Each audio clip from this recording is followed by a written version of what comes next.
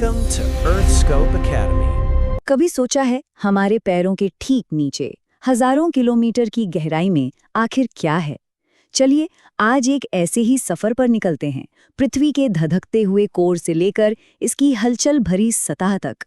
तो इस सफर में हम सबसे पहले पृथ्वी की गहराइयों में उतरेंगे, फिर देखेंगे कि इसकी सतह कैसे लगातार बदलती रहती है, पानी की जबरदस्त ताकत को समझेंगे और आखिर में ये जानेंगे कि कैसे सबसे मुश्किल हालात में भी जिंदगी अपना रास्ता ढूंढ ही लेती है। तो चलिए सफर शुरू करते हैं। हमारा पहला पड़ाव है पृथ्वी का दिल। सतह के नीचे उतरकर देखते हैं कि आखिर हमारे ग्रह को अंदर से कौन सी चीज चला रही है। तो सबसे पहला सवाल यही उठता है ना, कि अगर हम खोदना शुरू कर दें तो हजारों किलोमीटर नीचे असल में है क्या? इसको समझने के लिए पृथ्वी को एक प्याज की तरह सोचिए। सबसे बाहरी परत जिस पर हम सब रहते हैं वो है क्रस्ट। ये प्याज के छिलके जितनी ही पतली है। फिर उसके नीचे आती है मैंटल, जो करीब 2900 किलोमीटर गहरी एक मोटी परत है। और सबसे अंदर है इसका धधकता हुआ कोर, जो असल में हमारे ग्रह का इंजन है। और ये आंकड़ा तो सच में हैरान कर देने वाला है। सोचिए, हम जिस जमीन पर चलते फिरते हैं वो पृथ्वी के कुल वॉल्यूम का सिर्फ 1% है। सारा का सारा असली एक्शन तो नीचे हो रहा है। 84% मैंटल और 15% कोर में। मतलब हमारा पूरा वजूद बस एक पतली सी परत पर टिका हुआ है। जरा इस दूरी के बारे में सोचिए तो, अगर हमें पृथ्वी के केंद्र तक पहुंचना हो तो 6000 किलोमीटर की खुदाई करनी पड़ेगी। इंसान आज तक इसके आसपास भी नहीं पहुंच पाया है। अब देखिए, पृथ्वी के अंदर की ये जो गर्मी और दबाव है यही सतह पर जबरदस्त हलचल पैदा करते हैं। तो चलिए अब उन ताकतों को देखते हैं जो हमारी दुनिया को हर पल एक नया रूप, एक नया आकार दे रही हैं। और इसकी शुरुआत होती है चट्टानों से। अब चट्टानें सिर्फ पत्थर के टुकड़े नहीं हैं, ये तो पृथ्वी की कहानी कहती हैं। वैसे अगर टेक्निकली देखें तो चट्टान खनिज पदार्थ का कोई भी ऐसा प्राकृतिक पिंड है जिससे धरती की ऊपरी परत यानी क्रस्ट बनती है।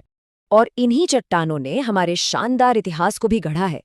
दिल्ली का मशहूर लाल किला ये लाल बलुआ पत्थर की कहानी कहता है, तो वहीं दूसरी तरफ आगरा का खूबसूरत ताजमहल सफेद संगमरमर की मिसाल है। एक बात और, पृथ्वी की सतह कोई ठोस गेंद नहीं है, बल्कि इसे ऐसे समझिए जैसे पानी पर पहेली के कुछ विशाल टुकड़े तैर रहे हों। इन्हीं टुकड़ों को कहते हैं स्थलमंडलीय प्लेट्स, और ये लगातार बहुत ही धीरे धीरे खिसकती रहती हैं। और जब ये विशाल प्लेटें अचानक हिल जाती हैं तो जो होता है वो तबाह कर देने वाला होता है। 26 जनवरी 2001 गुजरात का भुज, धरती बुरी तरह कांप उठी थी। रिक्टर स्केल पर इसकी तीव्रता थी 6.9।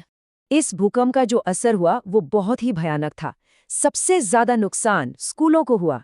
इमारतों के मलबे में दबकर कम से कम 971 छात्रों और 31 शिक्षकों की जान चली गई। शहर का पूरा ढांचा, फोन लाइनें, पानी की पाइपलाइनें, बिजली, सब कुछ ठप पड़ गया। हालात इतने खराब थे कि राष्ट्रपति को आपातकाल की घोषणा करनी पड़ी। अब सोचिए, धरती की यही हलचल जब जमीन पर नहीं बल्कि समंदर के नीचे होती है तब क्या होता है? तब सामने आती है पानी की विनाशकारी शक्ति।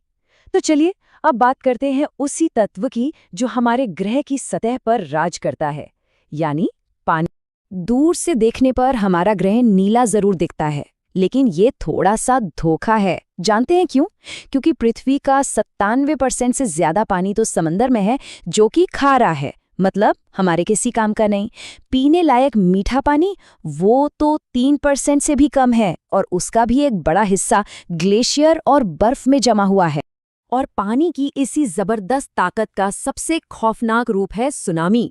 ये कोई मामूली लहरें नहीं होती, ये 15 मीटर, मतलब सोचिए एक 5 मंजिला इमारत जितनी ऊंची लहरों की एक पूरी दीवार होती है, जो समंदर के नीचे आए भूकंप की वजह से बनती है। 26 दिसंबर 2004 एक 9.0 तीव्रता के भूकंप ने हिंद महासागर में एक भयानक सुनामी को जन्म दिया। लहरें 700 किलोमीटर प्रति घंटे से भी ज्यादा की रफ्तार से दौड़ीं और उन्होंने पूरे इलाके में जबरदस्त तबाही मचाई। इसका असर इतना गहरा था कि भारत का जो सबसे दक्षिणी छोर था, इंदिरा पॉइंट, वो हमेशा के लिए पानी में डूब गया। लेकिन इन तमाम प्राकृतिक ताकतों के बावजूद जिंदगी ने धरती के सबसे मुश्किल कोनों में भी अपनी जगह बना ही ली है।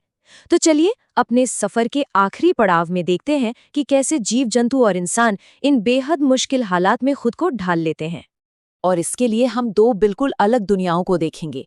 एक तरफ है गर्म और सूखा सहारा रेगिस्तान, तो दूसरी तरफ है गर्म और नमी से भरा अमेज़न का वर्षावन। तो सबसे पहले चलते हैं सहारा, जो दुनिया का सबसे बड़ा गर्म रेगिस्तान है। इस विशाल सूठी जमीन पर जिंदगी अगर कहीं है तो वो नखलिस्तानों के आसपास सिमटी हुई है। ये असल में वो जादुई जगह हैं जहां जमीन के नीचे का पानी किसी तरह सतह पर आ जाता है। यहाँ के हालात बहुत ही ज्यादा सख्त हैं। दिन में तापमान 50 डिग्री सेल्सियस के भी पार चला जाता है और रातें इतनी ठंडी होती हैं कि सब कुछ जम जाए। पेड़ पौधे भी ना के बराबर हैं। यहाँ रहने वाले लोग जैसे कि बेदुइन और तुआरेग जनजातियां, वो धूप और धूल भरी आंधियों से बचने के लिए भारी भरकम कपड़े पहनते हैं। इसी तरह उन्होंने खुद को यहाँ के माहौल में ढाला है। चलिए अब सहारा की इस सूखी रेत को पीछे छोड़कर एक ऐसी दुनिया में चलते हैं जहां हर तरफ सिर्फ हरियाली और नमी है। हम बात कर रहे हैं अमेज़न के वर्षावन की, जो जिंदगी से लबालब भरा हुआ है। ये गर्म और नमी वाला इलाका अनगिनत तरह के पेड़ पौधों और जानवरों का घर है, लेकिन इंसान का दखल यहाँ भी सब कुछ बदल रहा है। 1970 में जब ट्रांस अमेज़न हाईवे बना तो उसने इस घने जंगल के दरवाजे मानो बाहरी दुनिया के लिए खोल दिए, और इसका नतीजा ये हुआ कि वहां रहने वाले लोगों की जिंदगी हमेशा के लिए बदल गई। तो अपने इस सफर के आखिर में हम एक बहुत बड़े सवाल पर आकर रुकते हैं। सदियों से तो इस पृथ्वी ने हमें आकार दिया है, हमें बनाया है, लेकिन अब हम पृथ्वी को कैसे आकार दे रहे हैं?